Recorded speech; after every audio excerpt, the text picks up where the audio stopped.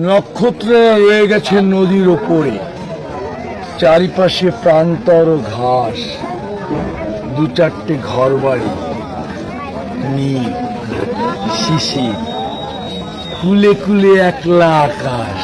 একটু ঘুরাও তারা ছিল, একটু ঘুরাও। তারা ছিল, তারা নেই। এই কথা মনে করে জীবন তবুও নিবিড় বিনয় নিজেকে আগুনে দগ্ধ করে ধরে রাখে স্থির, আরো স্থির মহৎ আলোকে।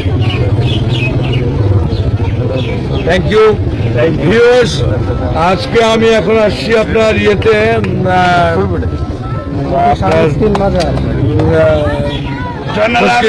জয়নুল আবেদিন রাদিয়াল্লাহু আনহুর দরবার শরীফে।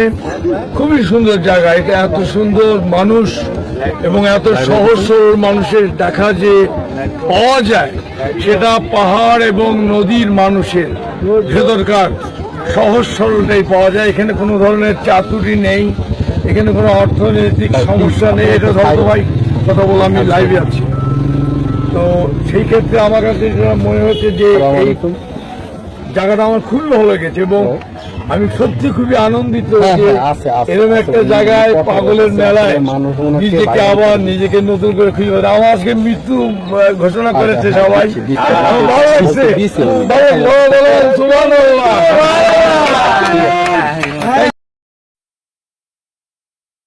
নক্ষত্রে রয়ে গেছে নদীর ওপরে, চারিপাশে প্রান্তর ঘাস, দু চারটে ঘর বাড়ি, নীল শিশির, কুলে কুলে একলা আকাশ।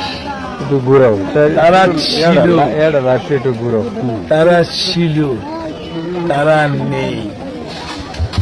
এই কথা মনে করে জীবন তবুও নিবিড় বিনয় নিজেকে আগুনে দগ্ধ করে ধরে রাখে স্থির, আরো স্থির মহৎ আলোকে।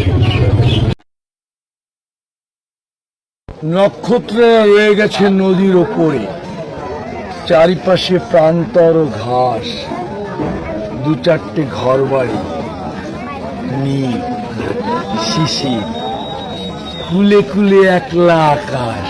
একটু ঘুরাও তারা ছিল, একটু ঘুরাও।